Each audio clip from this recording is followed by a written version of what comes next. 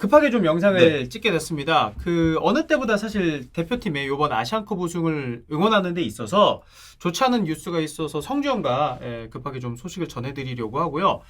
KF에서 공지가 나왔습니다. 그리고 또 이제 현재 청영이 가 있기 때문에 저희가 또 청영에게 내용을 좀 전달을 받았는데, 김승규 선수가 18일에 자체 게임 훈련 도중에 오른쪽 무릎 전방 십자인대가 파열이 됐다고 하고요. 어젯밤에 MRI 결과가 나왔고 결국 소집 해제 후에 조기 귀국을 한다고 합니다. 사실 저희가 어떤 훈련 영상을 본 건 아니기 때문에 정확하게 어떤 상황에서 부상인지는 알 수는 없습니다만은 부위만으로 봤을 때는 좀 뭔가 동작의 큰 변화 이런 것들에서 부상이 좀 따라오지 않았을까 싶거든요. 그러니까 사실 축구 선수들에게 십자인대 부상은 굉장히 좀 자주 있는 일이에요. 그래요. 큰 부상 중에 하나이기도 하지만 워낙 과격한 동작을 많이 취하는 우리 축구 경기이기 때문에. 근데 골키퍼들도 종종 있습니다. 과거에 K리그에서 강현무 선수도 십자인대 부상이 있었고, 그렇죠. 지금 제주의 김동준 골키퍼도 성남 시절에 십자인대 부상이 있었는데, 아무래도 점프하고 착지하는 과정에서 이 관절을 많이 쓸 수밖에 없고 체중이 쏠리잖아요. 그렇죠. 그런 장면들, 그리고 순간적으로 선방하기 위해서 방향을 급격하게 바꿀 때 또 자세를 많이 낮춘 상태에서 힘을 빡 주기 때문에 언제든지 부상 위험에 노출이 되어 있다. 이렇게 볼 수 있는데, 어쨌든 자체 경기를 하다 그랬다는 것은 아마 선수들끼리의 큰 충돌로 인해서는 아니었을 거예요. 지금 대회 기간 중이니까 자체 훈련을 할 때는 선수들이 그래도 빼줘야 되는 타이밍, 경합하는 타이밍에선 조절을 했을 거예요. 그렇다면 아마 골키퍼로서 2차 동작 혹은 3차 동작 그 과정에서 김승규 선수가 좀 부상을 당하지 않았나, 이렇게 조심스럽게 예상해봅니다. 일단은 큰 부상이니까 좀 빠르게 회복을 했으면 좋겠고, 사실 이전에는 조현우 골키퍼랑 김승규 골키퍼가 경쟁체제였는데 벤투 감독 부임 후에는 확실하게 김승규 골키퍼가 이제 넘버원 골키퍼로 자리매김을 했죠. 빌드업 능력도 갖추고 있고 선방 능력도 갖추고 있기 때문인데, 명단에는 송범근 골키퍼도 있긴 한데 아마 경험과 실력 면에서는 조별리그 2차전부터는 조현우 골키퍼가 선발 출전하지 않을까 싶어요. 가능성이 가장 높은 선발 명단에 들어갈 골키퍼는 조현우 선수가 될 것 같고요. 어쨌든 조현우 선수의 선방 능력이라고 하면 우리가 믿어 의심치 않습니다. 그렇죠. 다만 전체적으로 이 대표팀 감독, 특히 전임 감독이었던 벤투 감독 체제에서 김승규 선수의 빌드업 능력을 좀 높게 봤기 때문에 조현우 선수가 조금 밀려 있는 감이 있었지만, 조현우 우리 지난 시즌 K리그에서 보여준 활약, 선방 능력, 맞아요. 조현우 선수가 잘 막아주면 충분히 수비수들과의 시너지, 또 우리 라인을 많이 올려서 하는 플레이들 잘할 수 있다고 봅니다. 1차전 승리로 또 출발했고 후방에서 안정감 보여줬던 김승규 골키퍼기 때문에 이번 부상이 좀 너무 안타깝기도 하고, 김승규 골키퍼도 90년생이에요. 그러니까 나이가 적지 않습니다. 사실 골키퍼로 요 나이 때 큰 부상을 입었기 때문에 복귀해서도 사실 좀 걱정이 되긴 한데 좀 잘 돌아왔으면 좋겠어요. 일단은. 김승규 선수 워낙 지금까지 오랫동안 대표팀의 골문을 지키고 있는 골키퍼였고, 지금까지도 변치 않는 반사신경, 어쨌든 몸 관리가 철저한 선수라는 것을 스스로 증명했기 때문에 이번 부상에서도 정말 완쾌해서 다시 우리가 그라운드에서 볼 수 있는 날을 기대하고 응원하겠습니다.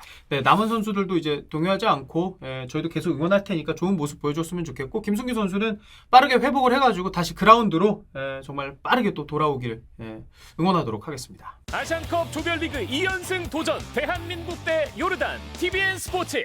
안녕하십니까? 안녕하세요. 아시안컵이 한창입니다. 저랑 이제 형철이는 계속해서 이제 대한민국 경기 말고 이제 타 팀들의 경기도 보는데, 대한민국 경기가 이제 2차전이 조금 있으면 돌아옵니다. 토요일날 저녁 8시 반입니다. 우리 중국과 레바논 경기, 우리가 입중계를 했던 그 경기가 열렸던 경기장이 알투마마 스타디움이죠. 알죠. 우리가 그 얘기를 했습니다. 이 선수들에게 이 경기장은 너무 과분하다.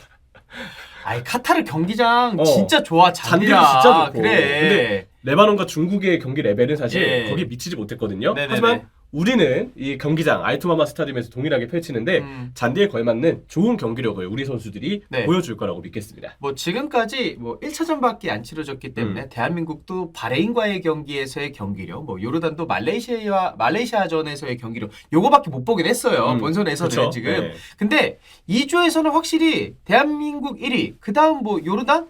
이 느낌이 경기력만으로는 저는 좀 많이 느껴지긴 했거든요. 그렇죠. 근데 요르단이 확실히 말레이시아를 4대0으로 대파하면서 내용이나 결과까지 너무 좋은 모습을 좀 보여줬는데, 우리에게 요르단전이 중요한 이유는 단적으로 얘기하면 이 경기를 승리하면 조 1위 16강 직행 가능성이 매우 농후해집니다. 거의 유력이에요. 확정이에요. 조별리그에서는 3전 전승 무조건 해야 된다고 봐요. 그것도 맞죠.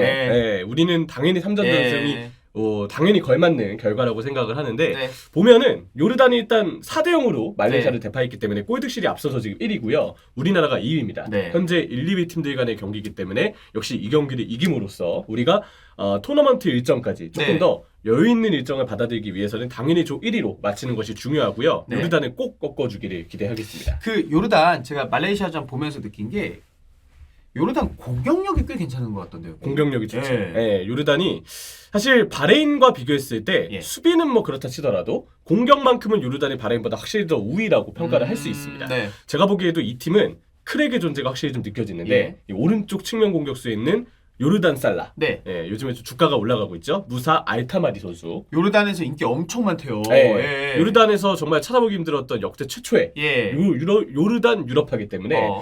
확실히 이 무사 알타마디 선수에 대한 자국 내 인기는 상당하고요.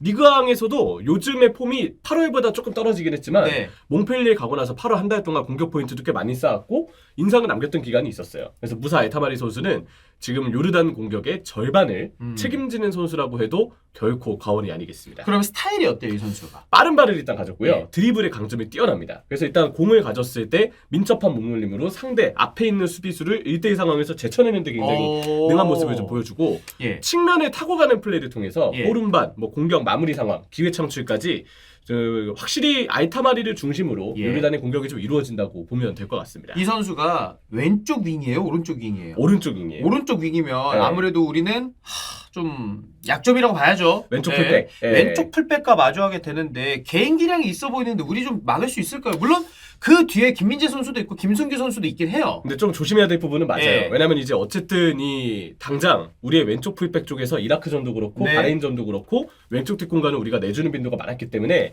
알타마리의 개인 기술 우리가 분명 좀 조심해야 될 부분이 있고 우리가 이제 바레인전을 통해서 느꼈던 부족한 점을 잘 보완해 나가는 게 중요하겠죠. 네. 이 바레인전보다 전체적인 밸런스를 사실 우리가 좀 역시 조절할 필요가 있습니다. 예. 중동 선수들이 기본적으로 기술이랑 순간 속도가 좋기 때문에 당연히 우리 뒷공간을 순간적으로 노릴 수 있거든요. 그리고 그에 대비해서 우리가 전체적인 밸런스는 좀 안정적으로 조절을 해야 된다. 그에 대해서 첫 번째는 수비시 간격을 좀 좁힐 것. 우리가 너무 간격이 벌어져 있었기 때문에 중동 선수들에게 역습을 허용하는 빈도가 좀 많았고 두 번째는 역시 측면 뒷공간에 대해서 주의를 해야 되는데 네. 우리의 풀백진을 어떻게 구성할 것인지에 대한 고민이 그래서 필요하지 않을까라고 생각을 합니다.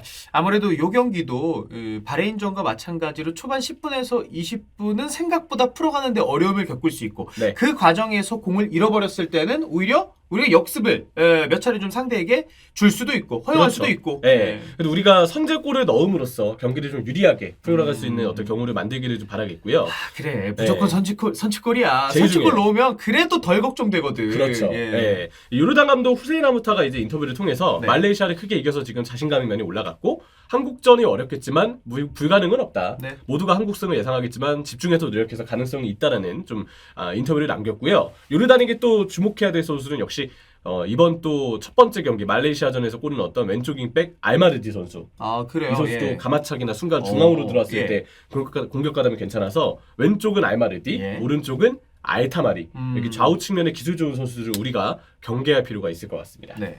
이 팀을 상대로 좀 어떻게 대응을 해야 되는지 아무래도 뭐 관전 포인트를 몇 가지 좀 짚어야 될 것 같거든요. 네, 일단은 첫 번째는 역시 우리가 선발 명단에 어떤 변주를 줄 것인지를 봐야 돼요. 예. 냉정히 봤을 때 사실 바레인전에 이기재 선수가 서폼이 좋진 않았습니다. 그렇죠. 그리고 이제 경고를 받은 상황에서 팔을 한번 또 쓰는 수비가 있었기 때문에 아차 싶었죠. 아찔했죠. 예, 우리가 네, 다행히 예. 카드를 안 받고 좀 면했는데 이기재 선수와 관련해서 기자분들도 당연히 클린스만 감독에게 질문을 했어요. 근데 클린스만 감독은 그래도 이기재 선수를 좀 옹호해준 인터뷰를 했습니다. 김민재와 이기재 아무래도 일찍 이기재 선수를 빼준 게 좀 질책석 교체가 아니었느냐라는 그 질문에 대해서는 김민재도 그렇고 이기재도 그렇고 모두 퇴장 위험을 줄이기 위한 교체였다. 네. 그래서 이제 경고를 관리하기 위한 이른 교체였지 그게 뭐 질책성 교체는 아니었다라고 클린스만 감독이 인터뷰를 했고 첫 경기는 모두에게 어려운 것이다 라는 이야기와 함께 이기재 선수를 믿는다 팀원들이 이기재 선수를 믿는다라는 독려성 인터뷰를 해줬습니다. 네. 근데 공식 인터뷰에서 저는 감독이 꼭 해야 될 인터뷰라고 생각을 하고요. 맞아요. 오히려 여기서 뭔가 이게 아쉬웠다 질책하는 거는 사실 공식석상의 인터뷰에서 기자분들 앞에서 하는 인터뷰로는 좀 그 멘트를 하기는 쉽지가 않죠. 그러니까 저도 뭐 지금은 밖에서 보는데 만약에 제가 저 안에 들어있는 스쿼드 안에 들어있는 선수라면 아 우리 감독님 진짜 인터뷰 잘한다. 진짜 야 으쌰으쌰 해보자 요 생각 들 것 같아요. 인터뷰 맞아요. 스킬 진짜 좋아. 다만 이제 선발 예. 선택에 대해서는 우리가 두 가지 안을 꺼내볼 수 예. 있습니다. 첫 번째는 바레인전과 같은 선발 라인업 이기재와 서령우의 좌우 풀백이 되겠고 두 번째는 이제 바레인전 후반에 썼던 서령우 왼쪽에 김태환 오른쪽이 되겠죠. 우리가 이제 아무래도 알타마리를 비롯해서 요르단의 측면 자원들의 빠른 발을 생각했을 때는 네. 속도가 빠르지 않은 이기재 선수에 대한 우려가 아무래도 생길 수밖에 없고 그래서 일단 우리가 이안, 서령우, 김태환 조합을 일단은 생각해 볼 수 있는 것 같아요. 다만 이제 크리스마 감독의 인터뷰를 보면 이란의 가능성이 유지될 가능성도 적지는 않다. 네. 왜냐하면 실제로 우리가 11월, 10월, 9월 A매치를 쭉 해오는 동안 클린스만 감독이 지속해서 왼쪽 풀백은 이기재 선수에게 신뢰를 좀 줬거든요. 그리고 지금 김진수 선수가 아직까지는 부상 여파가 있기 때문에 우리가 이 이외의 어떤 풀백 조합을 구성하기는 쉽지가 않거든요. 예. 그런 점들을 보면 일단은 이란과 이안 중에 하나를 클린스만 감독이 고민 후에 선택을 할 것이다. 근데 그게 어떤 선택이 되건 요르단의 측면 공격을 꼭 안정적으로 막을 수 있는 조합이기를 바라겠습니다. 아무래도 선발 라인업에서는 왼쪽 풀백 누구 나오는지가 굉장히 좀 네. 우리가 궁금한 관전 포인트가 될 것 같고 두 번째는 그거 아니겠습니까? 대승 거두고 흔히 말하는 경고 세탁해가지고 3차전 그 선수들 다 그냥 쉬고. 어차피 결장이니까 네. 쉬고 토너먼트 딱 복귀하는 거. 그렇죠. 딱 카드가 네. 그냥 카드 이슈 없이 깨끗한 상태에서 그렇죠. 토너먼트 경기를 치르는 것. 우리가 우승을 바라보는 팀이기 때문에 이런 식으로 전략을 접근해야 됩니다. 이거 뭐 챔피언스리그로 그렇고 굉장히 여러 대회에서 이런 접근을 하잖아요. 네네. 그런 부분에서 우리나라 역시도 이 요르단전에 대해서 우리가 카드 세탁, 카드 관리에 있어서 전략적으로 접근을 할 필요가 있다라고 생각을 좀 하고요. 예. 첫 번째 경기에서 카드 받은 선수들이 김민재, 이기재, 박용우, 손흥민, 조기성 5명입니다. 예. 이렇게 5명이거든요. 여기서 이 선수들이 이번 요르단전에서 카드를 받으면 3차전에 결장을 합니다. 그래서 16강부터는 카드보다 없이 새 출발을 하는데 다 보면은 우리에게 굉장히 중요한 선수들이에요. 그렇죠. 그러다 보니까 예. 4강에서 초기화가 되기 전까지 우리가 카드에 대한 시나리오를 좀 구상해 보면 당연히 이 선수들이 이번 경기에서 카드를 받는 게 필요하다라고 얘기를 하고 싶은데 문제는 5명이나 되거든요. 5명이 한 번에 한 경기에서 카드를 세탁하는 거는 사실 쉽지는 않습니다. 사실 저희가 뭐 프로 선수는 아니니까 그 히든풋볼에 김원일 선수, 원일이 형이 와가지고 그 얘기 하더라고요. 선수들 이런 거 다 알고 있다. 경고 2차전에 받으려고 노력할 거다. 근데 뭐 필요하냐고 하면은 연기력 필요하다고. 연기력. 근데 5명이 연기력이 모두 좋아가지고 경고를 딱 받으면 너무 좋지. 근데 네. 안 될 수도 있어. 5명이 한 경기에서 다 그 정도 하면 그러니까. 영화제 나가야 될 예, 작품이에요. 예. 아카데미야. 아카데미예요. 예. 아무튼 그런 점들을 보면 예. 우리가 전부 세탁은 좀 힘들 수 있어요, 현실적으로. 근데 그러면 제 개인적인 생각은 수비 쪽 선수들이 카드를 받았으면 좋겠습니다. 참 이 말이 웃긴 거예요. 그치? 어. 카드 받았으면 좋겠다. 김민재 경고 받았으면 좋겠습니다. 약간 요 얘기거든요. 말이 이상하긴 하잖아요. 근데 만약에 우리가 그치. 전략적으로 이 카드를 활용할 수 있는 상황이 온다면 예. 그러면 수비 쪽 선수들이 그걸 우선시했으면 좋겠다. 맞아요. 예, 이렇게 우리가 정리를 해야 될 것 같습니다. 예. 그리고 부상자 좀 돌아오나요? 뭐 김진수 네. 선수랑 황희찬 선수나? 지금 보니까 이제 팀훈련에는 황희찬 선수가 복귀를 했더라고요. 아, 그래요? 황희찬이 예. 들어왔을 때는 좀 더 왼쪽에서의 직선적인 움직임, 상대를 피지컬적으로 뚫어내고 또 상대를 자기 쪽으로 끌어당기면서 주위 공격진들에게 공간을 만들어주는 것, 그리고 결정력까지 황희찬이 가져다 줄 수 있는 대표팀의 옵션은 무궁무진합니다. 네. 굉장히 많거든요. 저는 그런 부분에서 이번에 황희찬 선수가 팀훈련에 복귀했다는 거 우리에게는 아주 큰 희소식이다. 역시 긍정적인 요소가 있고 바로 선발은 힘들겠지만 예. 경기 감각에 따라서 교체 출전의 가능성은 우리가 예상해 볼 수 있을 것 같습니다. 월드컵 때도 포르투갈전 교체로 들어와서 너무 잘해줬죠. 기가 막힌 골 또 하나 기록했잖아요. 네, 황희찬 선수가 딱 정말 좋은 몸 상태로 이제 토너먼트에 또 임하게 되면서 예. 우리 토너먼트에 힘을 실어주기를 바라야 되겠죠. 그렇습니다. 네. 자, 20일 토요일 저녁 20시 30분이고 저희는 아시겠지만 김영광 선수와 김영광 선수와 또 일찍 방송을 열어가지고 축구적인 얘기 하고서 네. 축구도 같이 볼 예정이니까 많은 관심을 부탁드리도록 하겠습니다.